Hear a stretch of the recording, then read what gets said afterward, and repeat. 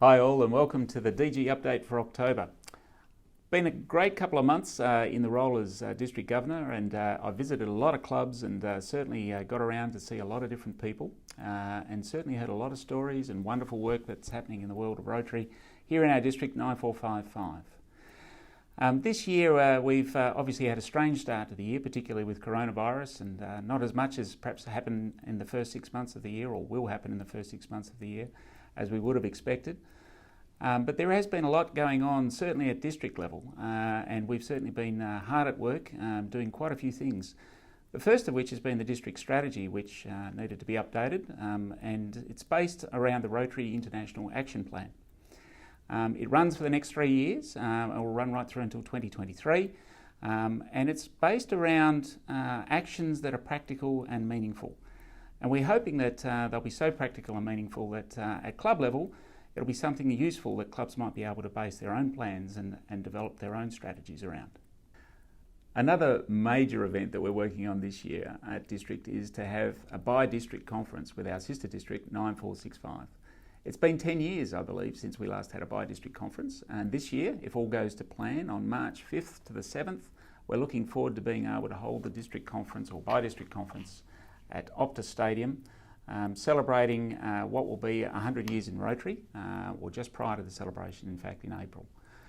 So big event planned. We're looking at a lot of good speakers that will be coming in, and we're hoping to attract a large crowd, mostly of Rotarians, but also their guests, to be able to witness and see some wonderful achievements that we've been able to put together over the last 100 years, perhaps even up on the big screens at Optus.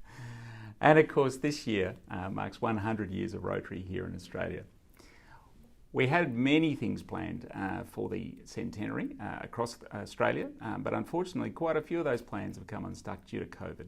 But there are a lot of things still happening around the nation, some of which we hope will culminate and become a part of our bi-district conference that will run in March. But many of the events that are available are actually club level events, and clubs are using the R100 branding that's available at Rotary 100 Down Under to actually be able to download the branding and apply it to their projects and help them promote their projects more broadly, both to the Rotary community and to the community at large. It's a great opportunity, and if your club hasn't done that yet, I'd encourage you to go there and see what you can do to actually promote some of the great work that you're doing in your club. Some of the good news that I wanted to mention that I've noticed as I've travelled around the district has been quite phenomenal. So from duck derbies that will raise thousands of dollars most recently, and congratulations to the club, the Harrison Club, and also the Hillary's Club for putting on such a wonderful event. To the gala evening that Karen Up recently put on, President Richard and his team there did a great job of putting together a magnificent event at the MAC Club, which is where we'd hoped to hold the district changeover this year.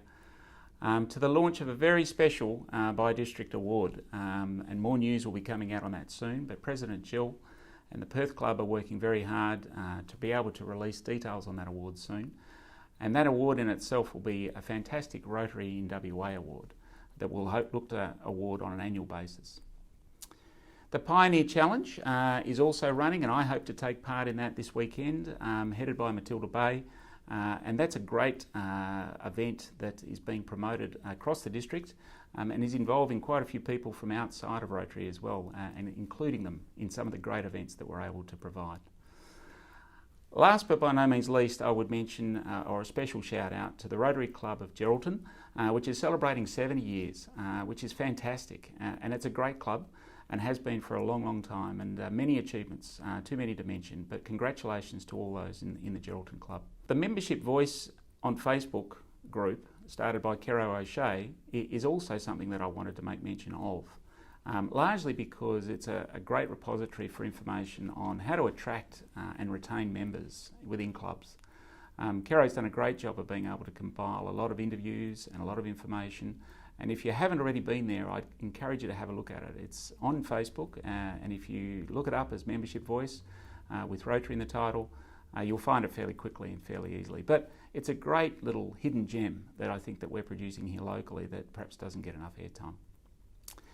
This month, for the month ahead, in October, of course, is Polio Month, and it's a big occasion for us. There will be, of course, the annual train ride and numerous other events to mark polio. Perhaps not quite as many physical events as there were in previous years. But polio is such an important emphasis for us that we're working on a global basis and will continue to until it's eradicated. We still have the great support of the Bill and Melinda Gates Foundation, and we need your support as well. So the End Polio Now campaign is as strong now as it's been in the past and will continue to be until polio is eradicated. So folks, thanks for the opportunity obviously to talk to you today. I hope you've enjoyed this quick update and this information I've been able to share. I'd love to get your thoughts and ideas and particularly some of your shout outs that you'd like me to make mention of in future editions of the DG Update. So until next time, remember to stay COVID safe, look out for each other in these unprecedented times.